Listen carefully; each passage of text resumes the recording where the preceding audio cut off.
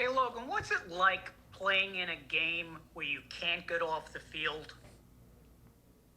Um, it's not good. That's not good. It's not the standard. It's unacceptable, and we just gotta do better. Football isn't easy, but it's simple, and you gotta get off the field. The best defense you can play is on the bench, honestly. So we just gotta get on the field, get off the field, and give our offense the ball, more opportunities, and improve our third down for sure. When you look back at what happened, was it little mistakes? Was it big mistakes or what? It was mistakes. That doesn't matter if they're little or big. They can cost you in the National Football League when you're playing good teams. So, nonetheless, regardless of the size of the mistake, it wasn't the players executing the game plan. It wasn't us, and I hold myself accountable on that. And as a leader of the defense, to tighten those up and get back to work. And that's what we're on the practice field today. The beauty of football is losses only count as ones. They're not two losses when you lose really bad. It's only one loss in the record book. And we're back to work on Wednesday because we have the best offense in football that we're going to go see at their place. So that's going to be a big challenge for us, and we're excited for it. Thank you. Pat Leonard. Logan, as a veteran, especially with on a young team, you were talking last week, obviously, about you've been on teams where it didn't start great, but then you turn it around. But at what point does it get late enough in the year where you're playing not good enough football, where you press the panic button or you raise that urgency past just, hey, like we still have time? Like, when do you start running out of time? I don't know. Not yet. Not now. We're back to work. Like, it's the fourth week of the season. Nobody's in their final form yet. Obviously, you want to win every week. We didn't execute. We didn't win the game. We didn't play how we wanted. Like I said, it was unacceptable. But there's no panic button right now. The Rams don't care. The Rams don't care what we looked like last week. It's about how we practice, how we execute, how we clean up the things that we did wrong, and don't let them happen week to week. So we got to fix the mistakes, the self-inflicting wounds, to go out there and play a good game against the Rams. That's all that matters is this Sunday. You guys started with a different defensive game plan as far as the personnel you were using. You were in the back. But then when Jabril goes down, you have to switch it up. Does game planning for one specific personnel set, especially when it's different, and then having to switch it back, does that have an effect in a game like that? Yeah, it may.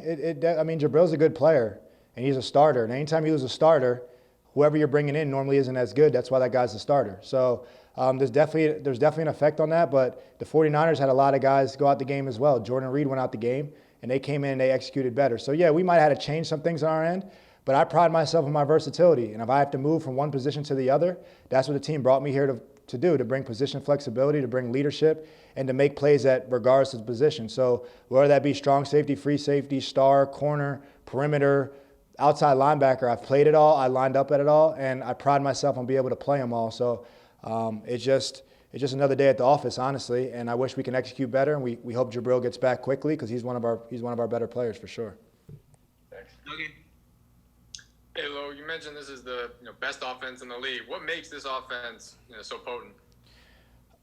It's their balance. They have a really good running game. Obviously their offensive coordinator and head coach is really good and talented, and they're able to mask everything to look the same. So their passes look like runs, their runs look like passes, and similar to last week, they exploit your weaknesses, similar to Shanahan.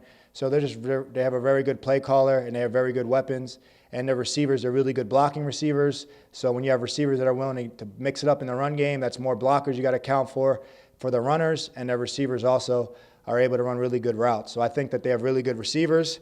I think they have a really good scheme. And I think they have good balance where you can't say, oh, this is definitely a run, this is definitely a pass. They line up in the same looks and run different plays out of it. So it makes everyone kind of focus on doing their job because you can't really tell too much what they're going to run before the snap.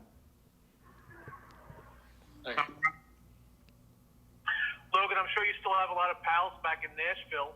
Have you been in touch with them since they had their COVID situation? And how much of an eye-opener is that for other teams around the league like this one? Yeah, it's definitely an eye. I think it's an eye-opener for our whole country. Like this thing is still around. It still needs to be accounted for. I haven't spoken to them too much. I have my own things right now I'm busy with of trying to accomplish here with the Giants, and my family's moving up this week. We did find a house that is allowing our pit bulls, so breed restrictions is really lame. So we're happy to find a rental that is allowing my family to come up. So I'm excited to see them. That'll bring some juice extra juice that I need. But yeah, wear a mask, wash your hands, and it shows you that anybody's susceptible, no matter of your age, that this sickness is definitely still around, and it can affect our season, it can affect our games, and it's a reality check to everybody for sure. So I wish them the best of luck and tell those guys to wash their hands a little more and don't come around me. We got time Thank for, you. We got time for one more, Art. Hey, Logan, you mentioned how well the Rams mask what they're doing offensively. I'm just curious, how much do you have to pay attention to the pre-snap motions and things of that nature? It seems like they want to get your eyes moving before the ball is even snapped and kind of confuse you a little bit. How much time do you guys have to put into making sure that you're not getting rope-a-dope? Yeah, when it's organized chaos is what they do. They have a lot of things to make you look one way and run a play off, and make you look one way and run the way that they made you look, and then all that stuff. So anytime you're playing an offense that's averaging 29 points a game, you got your work cut out for you. So we got to watch the film. We got to get a good feel of what they do, and we got to execute our jobs, and that's really it. And at the end of the day, football comes down to blocking and tackling. And we got to get off blocks and make tackles. And the team that does that better will probably win. So we got to, you're going to hear it a lot here. You got to do your job. Everyone's got to do their one job. I can't come out there and try to be Superman every play. I got to do what they're asking Logan Ryan to do and count on my teammates to do their job. And I got to beat the man in front of me, and that's what they pay me to do. And we need more people beating the man in front of them. And that's how you play good defense. But they're a good team. They're going to make some plays. They have good players. They have a good coach. They have a system they've been running for a few years that's averaging 29 points a game. So we got our work cut out for us. And after performance like last week that I said is unacceptable, there's no better test and better challenge if you're a competitor to go against the best offense. So that's what I'm excited for. And that's why I think we had a really good practice today because we know the challenge that's ahead of us. And we believe with the guys we got in this building.